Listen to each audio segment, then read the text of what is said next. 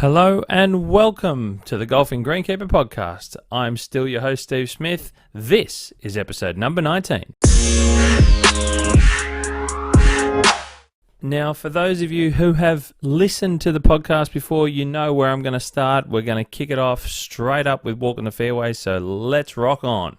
Now, it has been a couple of podcast episodes since we walked the fairways together, and for those of you that haven't walked the fairways with us, come join, and let's see how we go. Now, if you've been following me on social media, and if you haven't, now's a good time to follow me at the Golfing Greenkeeper on Instagram and the Golfing Greenkeeper on Facebook. Just a little quick plug for you to follow. You will have seen that I recently was up at the mid-north coast of New South Wales doing some work with Tallwoods Country Club to show you what they've been up to and where they're heading as a golf facility moving forward. So why not start there and let's resonate out from Tallwoods. So let's go to Tallwoods. So Tallwoods is near the twin towns of, for those of you that don't know, of Forster-Tuncurry up on the mid-north coast of New South Wales, like I mentioned. Now, they have been busy in the past couple of weeks building themselves a brand new practice putting green outside the pro shop near the first tee there, and it's fantastic. Now, this required them to dig up the old green, which did have a number of issues, and the new owners of the club, in discussions with their superintendent, of course, in Andrew Gorton, they decided that it would be best to completely rebuild the green from scratch. So they did. And in doing so, they decided that at this time of year, to get the best surface for them in as fast as possible, the only way would be to lay freshly cut bent grass turf, which they ended up sourcing from the Southern Highlands of New South Wales. So you know it's good stuff. It's grown in the cool climate, which is what we love to hear. Now, they got it trucked up on a semi-trailer, and the morning of my first day of golf there 2 weeks ago, they were laying brand new green carpet down at first light, and it looked absolutely sensational. Now, I can tell you that there's nothing quite like seeing fresh bent grass turf go down. It's just beautiful. It doesn't happen that often because it is a very expensive process, but Tallwoods, look, they will have a great new putting green up and running very soon indeed. So for those of you that are visitors to Tallwoods and the members up there, you know what's coming. You've seen it down. It's looking sharp. And if you're a visitor to be, that's one of the new things happening up at Tallwoods. So really good stuff. And also a little bit on the side, they're actually getting some new machinery at Tallwoods as well. They're getting a Ventrac machine, which is going to really aid in them moving forward. Talking to Andrew, the superintendent, he's pumped about the new gear coming in with this Ventrac. It's a multi-purpose tool. It's got so many different attachments, and we're starting to see this machine get into a few golf courses. And look, for them, I know one of the big things that they want to be using it for a hell of a lot will be aerating around the golf course, in particular fairways and things like that. I haven't seen any aeration for quite some time. So, Andrew is rubbing his hands together and is very excited for the spring season coming ahead. So good stuff happening at Tallwoods.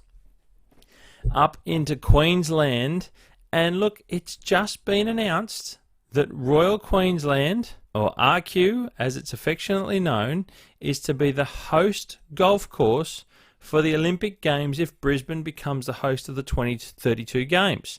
Now, that's probably a bit off the radar for a lot of people, the Olympics, and look, still, I'll be honest, even for me, seeing that golf as part of the Olympics, it's still probably not quite something that jumps to the forefront of your head. But look, after Rio, and we saw what happened at Rio in the golf event as part of the Olympics down there, and the Gil Hanse designed golf course that they played on.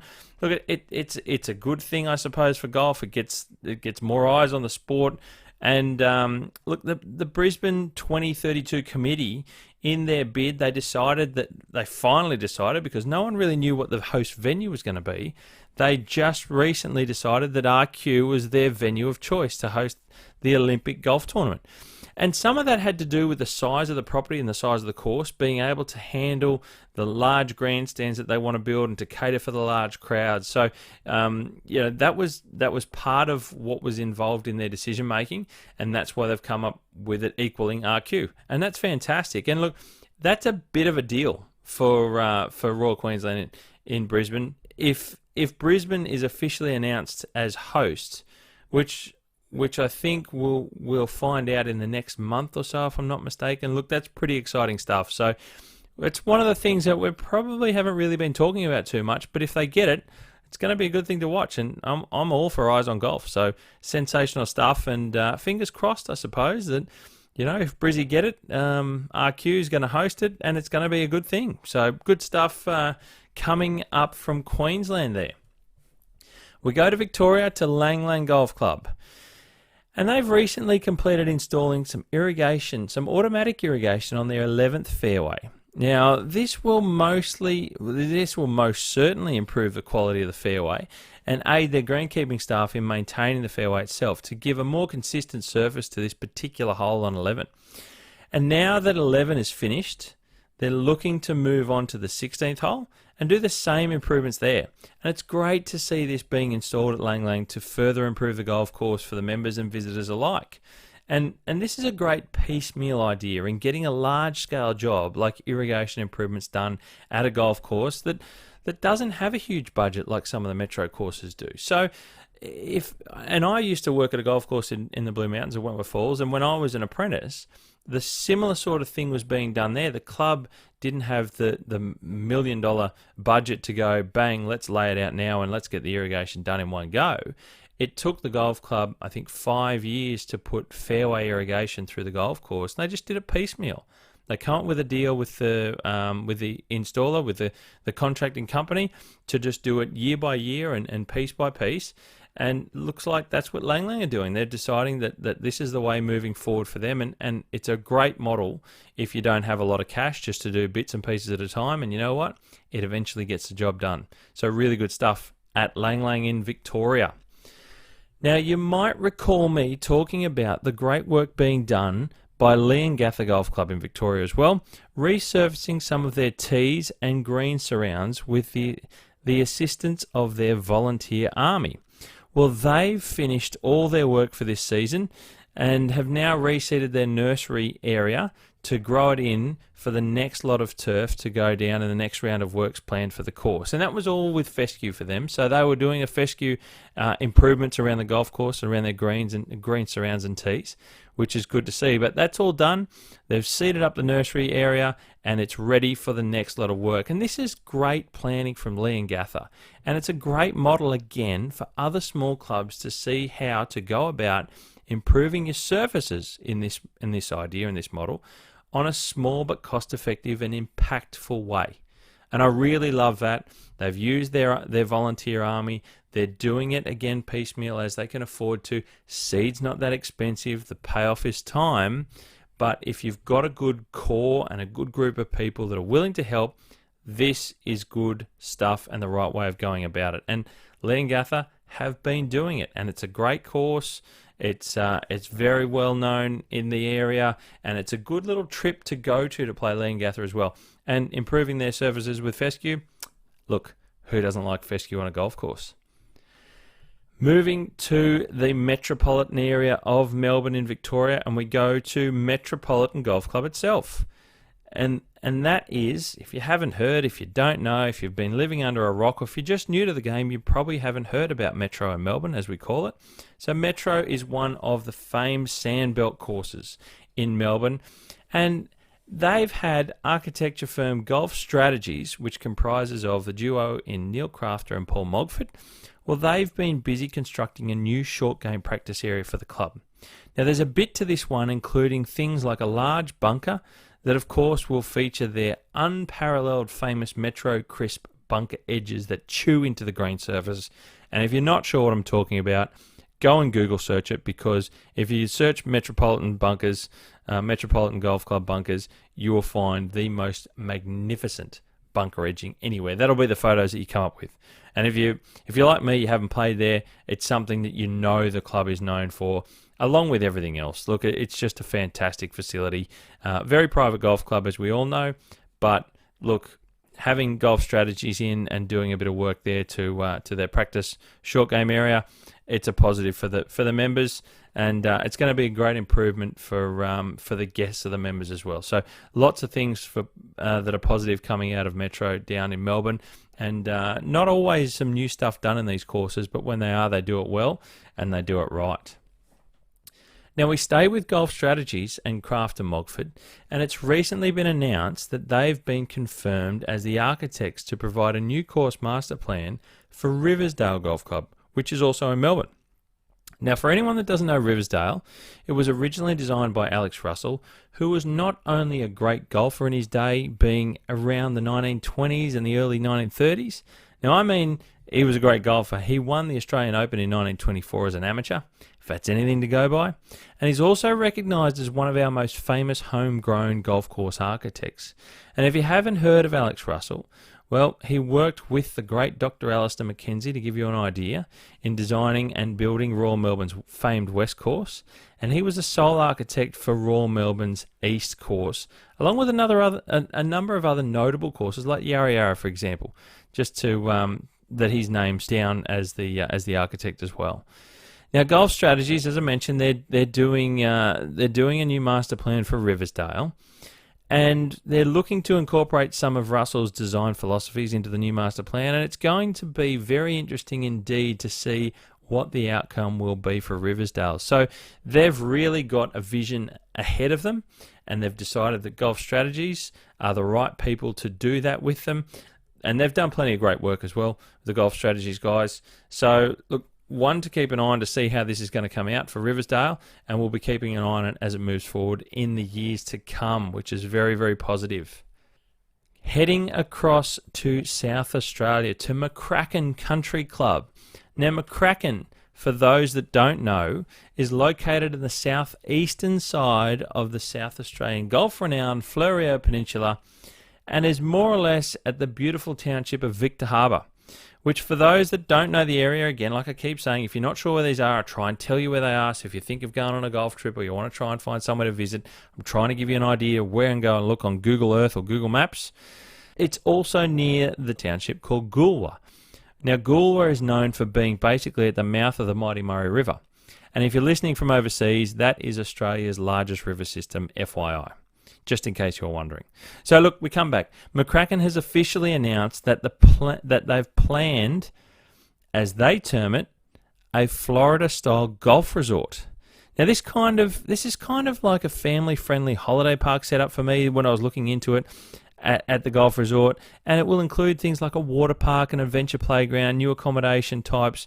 Overall, they're talking about a $20 million investment, so it's not small. This is a big deal. It's a very big deal for the club and for the area, and it's big to see in South Australia, and it will no doubt there'll be plenty of people in golf circles that will be watching to see how this unfolds. So really, I don't know if surprising is the right word, but very eye-opening to see this kind of investment. And it's done by an Australian company, from what I could read into, that they're investing into a lot of parks in post-COVID, local Australians holidaying in Australia and that type of thing. So they've bought up a number of areas in South Australia, holiday resorts and that sort of thing.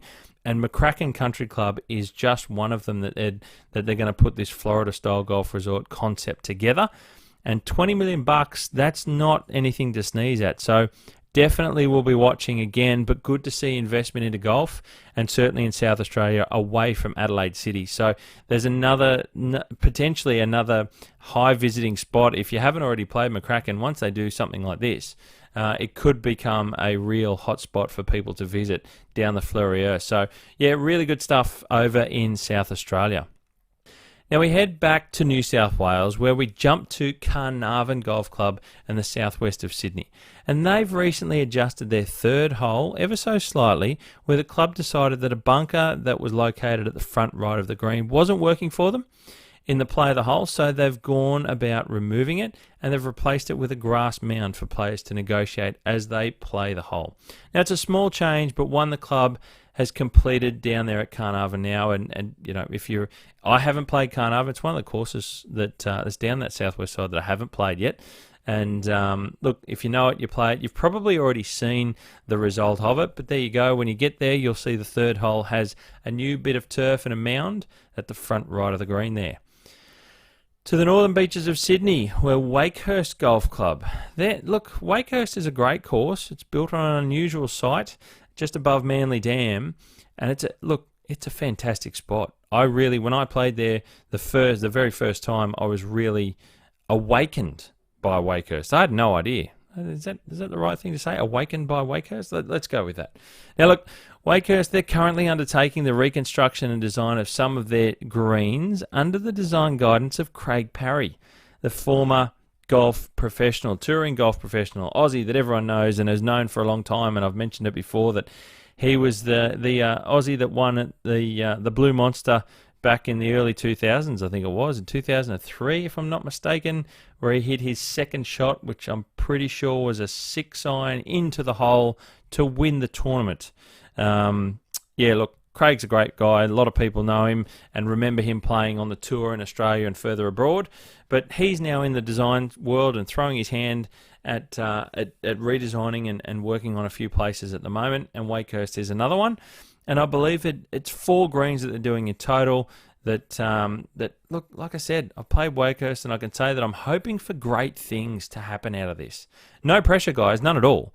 But look, the course that I've played it not so long ago. It was an absolute joy to play, and I will be certainly watching this one very closely to see what the new designs of the green complexes are going to be that they're rebuilding. So interesting to watch at Wakehurst. We move to the eastern suburbs of Sydney at the Lakes Golf Club, which we all know and love, no doubt, as a former host many a time of the Australian Open. And they've been renovating their sandy waste areas, which includes getting back some of the original design elements and shapes that were altered over time by the forces of nature and maintenance actions, which happens. It's a moving target. I always say golf course maintenance is a moving target and things change. Now, the club's decided to reinstate the original design elements which were previously done by OCCM back in the day, which is now, as we know, OCM, and in particular on the right of the third hole. And they've also upgraded the irrigation system around this area to try and assist with keeping the sand in place during high wind areas. They can throw the heads on, the sprinkler heads that is, and throw a little bit of water out just to keep it damp when they need to in those really high wind days. And it stops that erosion and that sand build up outside the bunkers, so you don't have to go through a rebuilding process so soon. But a little bit of work there at the lakes, and these courses are always tinkering, they're always doing something. And if you're a member or a player of the lakes, you know sort of the area that I'm talking about on the third, that big wasty sort of area. And yeah, they're looking to get it back to square one. We move further north out of Sydney to Charlestown Golf Club, which is sort of the central coast, north of Lake Macquarie area, near just south of Newcastle. And they're embarking on a $1.5 million investment to the installation of a brand new driving range. Now, this is a huge local investment. And I've got to be honest, I was quite surprised. And I think some of these things are on the back of this post-COVID world that, people are trying to get onto courses hand over fist and get into golf, and it's great to see this real push towards people participating in golf. Lots of newcomers I'm seeing around. Certainly on social media, you're seeing lots of people starting up golf for the first time, which is great to see.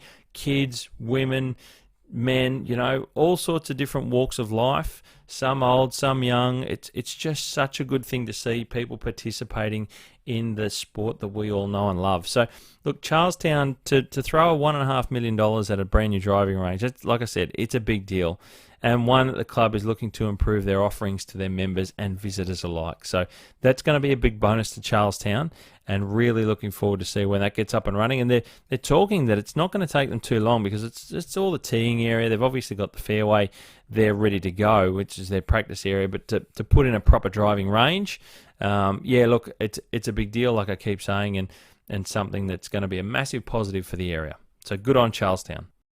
A Kamarooka update. I recently got a call from Harley Cruz, golf course architect Harley Cruz, about the long-lost links of Kamarooka, which he's involved with at the moment. And look, he and I discussed this back in episode number 17, for those that may not have heard about it before.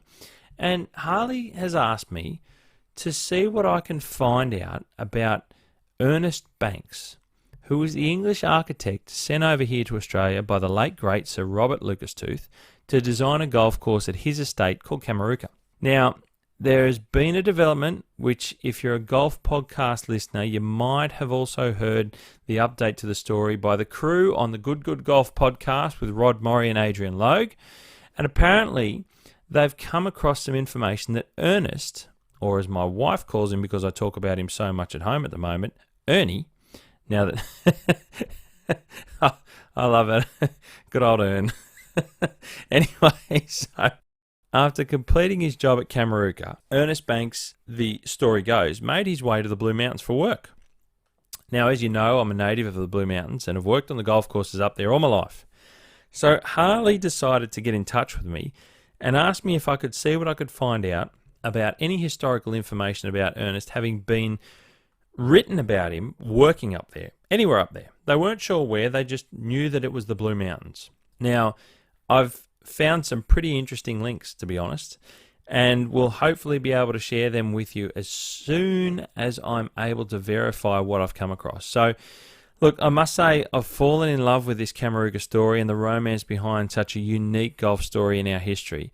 And let's see where this goes, but stay tuned because it looks like this intertwines quite surprisingly into the golf history of Australia and the Blue Mountains, and I'm really excited about it. Like I said, I found some things and I just need to double check them all, but I'm letting you know as a snippet, and I've already spoken to Harley about it, and we're going to talk more, and stay tuned. But Kamarooka, the story continues with a new tangent. So there you go. Now, I can't finish walking the fairways without talking about my favourite project at the moment, and look, if you're into golf on social media at the moment, or you're talking about golf projects and courses and things happening, you probably have heard of 7 Mile Beach down in Hobart, Tasmania. I've been talking about it, and I know plenty of people who have. And that's my favourite thing going around at the moment, and I'm keeping a very, very close eye on it. And it's all systems go at the Matt Goggin project at 7 Mile. We're starting to see images and video of course architect Mike Clayton from Clayton de Vries Pont walking the site and talking about the land that they have at their disposal to work on, and it's extremely exciting. Trees are now being harvested from the site, and the lay of the land is starting to become visible to those who haven't been there. Now, keep your bloody eyes on this project, I promise you, because it is not going to disappoint. I promise. Find it wherever you can. I'll show you some stuff as I come across it. I'll put some things up on socials and share some of their posts from 7 Mile and some of the stuff from Clayton de Vries Pont. It's really exciting, but do yourself a favour and follow their pages as well, and stay in tune with what's happening down there. It's super duper exciting. We love it. Now, to finish off, and I know that was the finish off point of walking the fairways, but I always, if I get the chance and I find or come across some information, I'm going to drop in right at the footnote, is sustainable golf in walking the fairways. And I'm going to throw it in. Found some more information, stumbled across some. And we go to South Australia, to Glenelg Golf Club in Adelaide City, no less. Now, they've been conducting some ecological burns recently on their 7th hole. And look, these types of burns for Glenelg are targeting not only to assist with the regeneration of their indigenous vegetation around the course, but to also reduce the weed seed bank on non-indigenous species as well, or of the non-indigenous species, I should say. A big plus on a number of levels, really, that only controlled burns can achieve, and this is really good stuff. And lots more Australian golf courses are starting to really introduce these controlled ecological burns, which is really good. It's really positive for the local area, and because it's a managed space, it doesn't happen naturally anymore. And people often think that fire is bad, but in an Australian landscape, we all know, those of us who understand the vegetation and how it works, that fire is a very good thing. And it has to happen every so often. Not every year, but every number of years. And different vegetation has different time frames. But good to see this stuff happening at more and more golf courses. And if you're a local at Glenelg or you play Glenelg, you've probably already seen that they've done some of those burns. Glenelg have also been looking after their native fauna, where they've been installing nesting boxes for their local microbat and owl populations. Now, it's not always possible to have enough hollowed out trees around in a populous area, and that's usually because they're managed from a safety point of view, and the fact that, that it can take an extremely long time for appropriately sized hollows to form in trees, sizable enough for these microbats and owls to nest along with other fauna as well, other bird types and so on. But in particular, the microbats and owls is what they've been targeting at Glenelg. At Glenelg, they're helping and installing these man-made boxes for these animals, which is a big plus coming out of Glenelg for me in the sustainable golf side of life. And I just think it's another tick. And I'm finding that, the more I look into this stuff, I've been hearing about it for quite some time around the Melbourne area, and certainly in Adelaide. More so down in the southern states, I've found, but a lot of other places now are starting to look into what they can do for their local environment, and certainly in this type of thing for their local native fauna and for their indigenous species. So good stuff coming out of Glenelg, and it just puts another positive to the golf industry, and certainly Glenelg are the leaders, one of the leaders in the golf industry for that. So really, really positive stuff to see. And that's it for Walking the Fairways, guys. Thanks for coming along for a stroll. First time in a couple of episodes, and I hope there was some really interesting news for you. And we move on to my favourite segment coming up. Welcome, everyone, to my humble abode that I call the Greenkeepers Shed.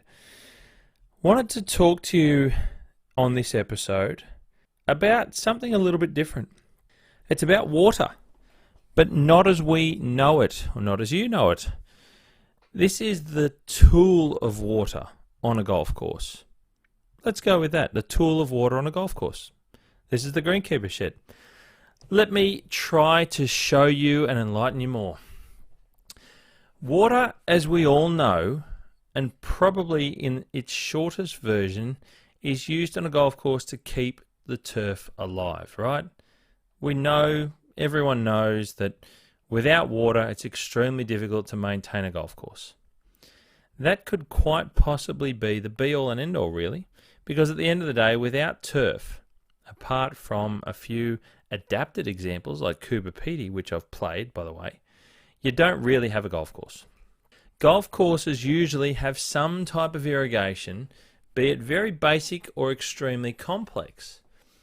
Use of a reticulation system is the way in which water is delivered on a golf course, usually using underground pipes. Now, these days, we're all probably familiar with the idea of in-ground sprinklers. Now, they're the ones that you see out in the fairways that every now and then they'll be in the line of your ball for your putting off the surrounds or something like that, or you might be standing on one, those sorts of things. So that's what I'm talking about when we talk about in-ground sprinklers. And we usually see them around the greens and on the tees, and if a golf course is fortunate enough, you will see them on the fairways, usually with the measuring distances on them. Now, these sprinklers are the means to distribute the water over the turf that's been delivered to that particular location through those underground pipes. And it's usually the extent of how we golfers think of an irrigation system and water that's used on our golf courses. Well, I'm here to tell you that's not even close to how much we use this tool that is water.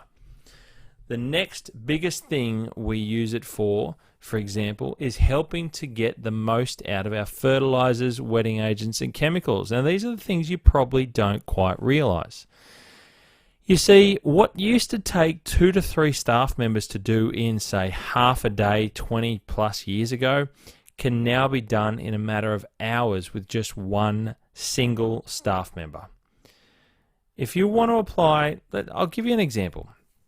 If you want to apply a soil application of, say, a liquid solution to your greens, for example, back in the day you would have had one person spraying the solution out, possibly, maybe 2, and then possibly another 2 guys washing it off the grass leaf and into the green soil profile, which is where it's required. It's where you want it to be, because that's where it's going to take effect. This particular example is a soil application. Now take that situation to a modern day course with fully automatic in-ground sprinklers, and one staff member can be applying the liquid solution on the greens And then with the single press of a button on his phone or a satellite box or a radio communications device, they can turn on and time the irrigation exactly to deliver the certain amount of water that they want on the green that they've just finished applying it on to wash it in. But not too much that it goes in too deep into the profile, but enough that it's working where it should be. The same goes for wetting agents, where you need it to be delivered into the soil profile, and washing it in is not only helpful to get it to the right area, but some of these products can have an adverse effect on the turf leaf itself, and in some particular examples, it can burn the plants if it's not washed off and into the soil properly. So you have to wash it off. You put it out in your solution, and then you have to get it down off the leaf, otherwise you will end up killing your greens. And this happens for chemicals as well. You've got to get them into the right target areas. That's an understanding of what we have to do as greenkeepers, and water is the tool to go about it. Now, these products often come with a recommended amount of water to wash them into the soil profile and to get the best results out of them. You've probably heard the word efficacy bandied around these days with the COVID vaccination. Well, these products basically have the same thing. And if you follow their instructions with the recommended amount of water, the idea is you'll get the best results. Irrigation is an extremely important tool when it comes to managing and maintaining your turf surfaces and the different things that are applied to them over the course of the year. We use this tool, being an irrigation system and water, we use it all the time. Honestly, guys, we are using it just about every day in some way, shape, or form. Timing of irrigation applications is important. Now, these days, with fully automatic programmable modern systems, it allows you to apply irrigation water exactly when you need it. It is at its best time to put out a calculated amount of water. I mean, you can literally put out the amount of water you need to the litre. It's that specific. And more often than not, you'll be surprised how specific we are with this type of thing. Now, you don't need to have a staff member come in at the early hours of the morning to turn the sprinklers on and to water the greens by hand. It saves staff. This is what this tool does. The irrigation system of water, it saves the use of staff. Gone are the days of being out there with hoses. You know, you might have 3 or 4 people out there watering your greens and surrounds, and it might take you 3 or 4 hours to do so. You know, you can have a full course irrigated in a matter of, a couple of hours at the right time of the morning, and you don't have to try and worry about staff getting to work on time and safety of working in the dark and all sorts of different things that you need to think about. I mean, my example that I can give you is at Katoomba, where I was superintendent for nearly 10 years. We had a basic irrigation system. Now, that was in 2013, but just before we closed down. We had a basic irrigation system. We were wanting to put in a new fully automated one, but we didn't get there before we disappeared. So what did we have to do? I had to turn up to work, and we had a rotation policy with staff, but I had to turn up to work at 3 a.m.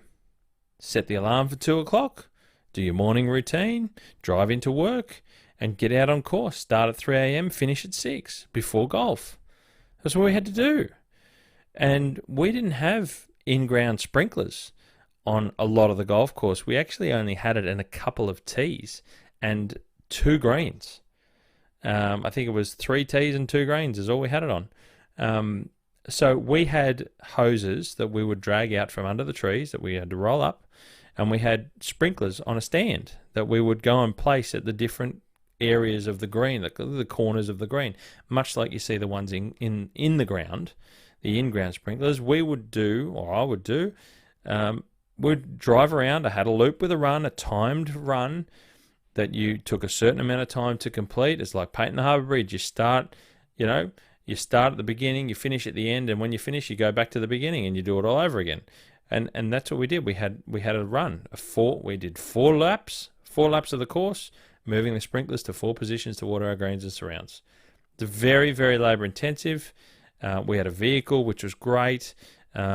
and we had sprinklers which we didn't have to use a handheld hose to do, which was good. We moved up in the world. But when we're on water restrictions, we had to hand hose our greens because we're on town supply. It was very, very labour intensive, and we had 3 volunteers that used to help us do it. Very, very labour intensive. I cannot stress it enough. And these modern systems do away with all that. You can just set a time, set an amount of water to go out. They just do it. It's incredible, and it's so efficient. Such an efficient use of water. Like I said, you can calculate it to the specific amount. They can also be set up to adjust these automated systems. They can also be set up to automatically adjust the amount of water that they put out depending on the amount of rainfall that's received for the area. That's how efficient they are. So if you have a heap of rain and you put your settings in, they'll turn off or they won't even turn on, for example. But if you get a little bit of rain, they'll put out an adjusted percentage of the set amount that you've got to go out. These things are incredible. It's just a whole nother ball game. And you can, like I said, you can calculate the amount of the water that goes out per cycle and adapt it specifically, ultimately, to your water supply to determine things like your cost of your water. So if you have to buy water, or how much water you're using relative to how much you have in supply, which is critical in times of drought. These days, the irrigation systems can have what is called an injection system as well installed in them. And that's where you can introduce a particular product into the irrigation water that then goes out on the golf course. Now, let's say we're talking about calcium, and that goes in upstream, just well upstream from the sprinkler heads, but just after the water gets taken in from its particular water supply, whether we're talking tanks or a dam, for example. So that's where it gets injected in. It's usually at the pump shed area. You have the injection system installed, and a product can be injected at a rate, a certain specific required rate, and have it then sent through that irrigation water out to the sprinklers covering the golf course with the product without having to spray any solution out with a machine. So you can put calcium, like I said, into this system, which will soften some of your saline, the high saline levels in some water, depending on where the water supply is. You can, the flexibility is amazing. And basically, when you're watering using the sprinklers, you can also apply different pH balances. It's literally a game changer for a lot of golf courses that deal with irrigation water that's very high in salt, like I mentioned. And I'm talking with things like recycled water. Now, recycled water comes with a lot of problems. It's great because it's usually a very high supply. You've always got more than you can usually use, but it comes with problems. And that is by way of salt, usually. Definitely high salt content is an issue with recycled water, and pH can be an issue as well with certain bore waters. And these injection systems can assist with solving that. They can basically make the water more palatable for certain golf courses. So these the flexibility and these types of things that are built into these systems, these irrigation systems in a modern day world, is quite remarkable. Quite remarkable. They do, on the other hand, become a job unto themselves. Just the same as they save a lot of labour, they do need someone or a couple of people to maintain them. Now, you could be talking, because there can be quite a lot of work in looking after an irrigation system, to make sure it's always running properly and everything's working appropriately. And like I said, you're calculating water amounts. You want to make sure that the sprinklers are throwing proper and getting proper coverage, and they're turning properly and they're not blocked, and the amount of water is going out as they should, because ultimately if it falls short, you can have dry areas starting to appear. If the sprinklers aren't turning, you can overwet some areas and have dry areas as well in the same circle. And we're talking like over 500 heads to 1,000 heads plus. 1,000 sprinkler heads on a golf course. Like that's a lot of work. And it's not just making sure they turn on and off properly, they're turning properly, they're spraying properly, they're also presented well, that the mowers aren't going to be damaged by them, that they're not going to get damaged by the mowers if they're too high, if they're too low. There's so many things involved with them. So they are a job unto themselves as well, but they are an incredible tool. Water on a golf course can be used very effectively to keep grass alive during very hot periods, where you can cool the turf down and stop it from dying in front of your eyes. And you've probably seen, I remember tournaments, I've seen around the world, certainly even here in Australia, where it got to the point where greens would get too fast in tournament prep and they would start to, the greens were basically dying. They got that solid, that fast, that slick that they weren't holding golf balls. They would be watering them to try and keep the grass alive so that they would try and get a bit of friction into the surface as well. But water is used very, very effectively on extremely hot days to cool the plant down. And I'll give you an example from my time at Katoomba Golf Club because I measured it with an outdoor thermometer, a handheld weather device, just to see what a difference it made because I wanted to learn more. So it's a little local experiment that I did. Let me give you an example. I'll show you, this is what we found. These are the details of what I found over a 2-day experiment. We had temperatures that were over 36 degrees, which is the ambient temperature. As you know, that's measured in the shade. We don't often get temperatures that high in Katoomba. It happens, once or twice a year. We had 2 days back to back, and I can't remember the year it was, but I do remember it vividly. And it was beating down, severe heat, 36 degrees in the shade, much, much higher in the sun. And what I try to remind people, next time you're out playing golf, our greens don't often grow in the shade where the ambient air temperature is measured. They're out in the sun. So when you're hot out in the sun, the grass is growing in the sun, and it's not 36 degrees. It's not 45 degrees. That's the shade temperature. That's the ambient temperature of the air out of the direct sunlight. This is what happens when it's in the sun. At Katoomba, I put our handheld weather device in the sun on the green. I just laid it on the surface to see what the temperature was beating down on the grass on a 36 degree day. It measured, and it didn't stop climbing. It went past 40, it went past 50, and it even went past 60 degrees Celsius. It stopped at 68.3, I think it was. I got a photo of it so that I didn't think I was dreaming. I think it was 68.3 degrees Celsius is where it stopped. That was the temperature on the green surface in the sun, in the middle of summer, on a very, very hot day. That's another world. That's a whole different ballgame, people. I don't care who you are, that is a different ballgame. That sort of shit is very, very hard to manage. And in Sydney, in Western Sydney in particular, and certainly you look at areas in South Australia, which is known as a dry state, we've got areas that, in where we grow grass in dry areas like Kalgoorlie and things like that in WA, where there's low humidity, high direct sunlight, temperatures go crazy. They go crazy. And 68 degrees in the Blue Mountains on the surface of the putting green is in the crazy department. That, to give you an idea, if you're an imperial person, it's 154 degrees Fahrenheit. So that's, like I'm saying, it's another level. What my experiment was to find out what watering the green would do the morning of an extreme day. So we often watered every second day because I was trying to, just not trying to overwater the greens, just trying to get them through, and then we would spot hand water the dry areas that were stressing out.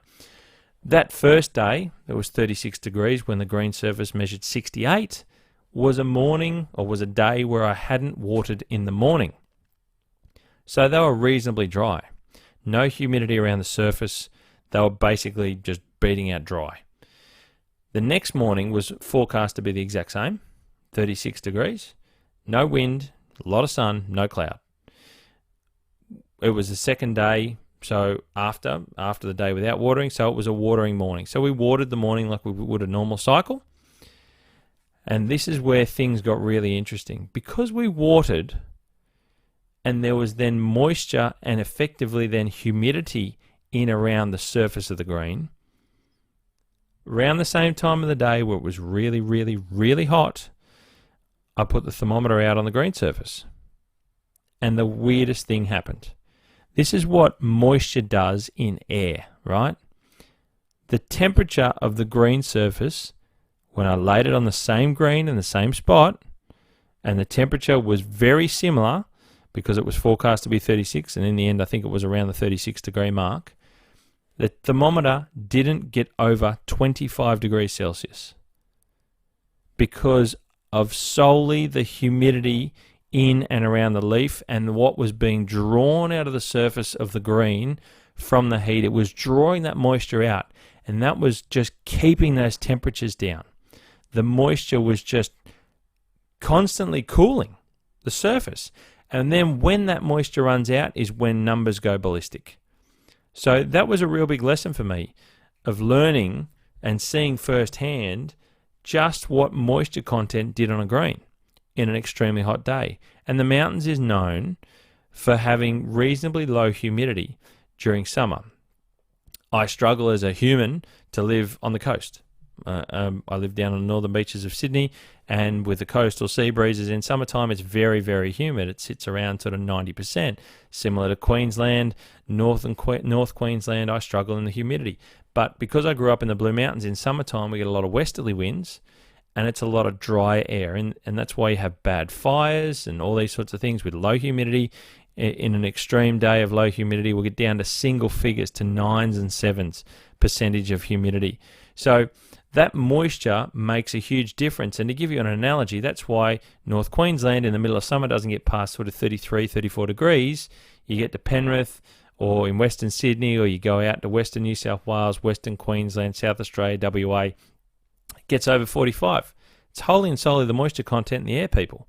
And that was an example of what happens when you're not able to effectively put water out on a green surface when you need to. So being able to use a tool in an irrigation system for water when you need to cool the plant down, that shit saves a lot of money, guys. It's not just saving your putts from staying on a green, it's saving us from having to resurface a green or patch out and plug out some of the dead areas or try and regrow them. It really does make a big difference. And without that tool, it's very, very difficult. But that's just a little example of what moisture does in a green as well. Being able to use water as a tool on a golf course through the means of an irrigation system, as you can see, is not only vital, but can be used by your greenkeeping team most effectively to manage the turf surfaces exponentially better, in my opinion, as it becomes more available and usable throughout a golf course. All clubs, in my opinion, should have a dynamic program in place to always be improving and maintaining their irrigation systems, no matter what they have, whether it's basic or complex. Again, in my opinion, it starts with staff, then machinery, and then third is water as the most important and valuable component of golf course maintenance. And above all, it should never be forgotten about once you get a system installed. It's really, really important to clubs to always be having an allocation in a budget to maintain your irrigation system. It's extremely important, and really, you should always be striving to improve it as well. That is how water is used as a tool on a golf course, and not just to keep the grass alive, guys. I hope that was a little bit insightful and somewhat helpful. And again, when you're out there playing golf in summertime, you'll be able to pick. You'll see the sprinklers in the courses. You'll see them as you're going around, and you'll know as the heat starts to tick up throughout the day in summer which courses are going to be better behaved, if that's the right way of saying it, because they've been able to put moisture out into a lot of other areas on the golf course, and how it's going to play. You'll know, when you see it, when you roll up on a hot summer's day, if they've had a dry year, which courses have water available and which ones don't. So you'll know, in turn, which golf courses are going to play hard and fast and which ones are going to play a little bit softer.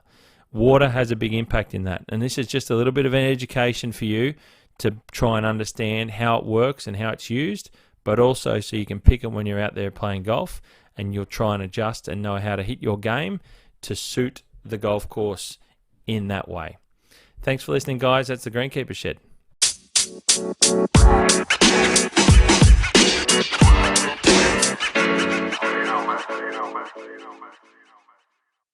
Thank you, ladies and gentlemen, for listening, and that's a wrap for episode number 19. I do appreciate you taking the time, and I hope you got something out of it, whether it be some news or a little bit of info into how water is used on a golf course like I just went through with that segment of the Greenkeepers Shed. Look, if you haven't already, please subscribe to the podcast. It does help get it out there and share it through.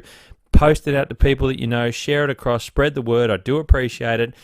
What is it that they say? Like, share, subscribe. I think that's the trio of terms used for the podcast listeners. Look, as I said, appreciate your time. Hope you enjoyed it, and I look forward to bringing you episode number 20. You hit them clean, and we'll keep them green.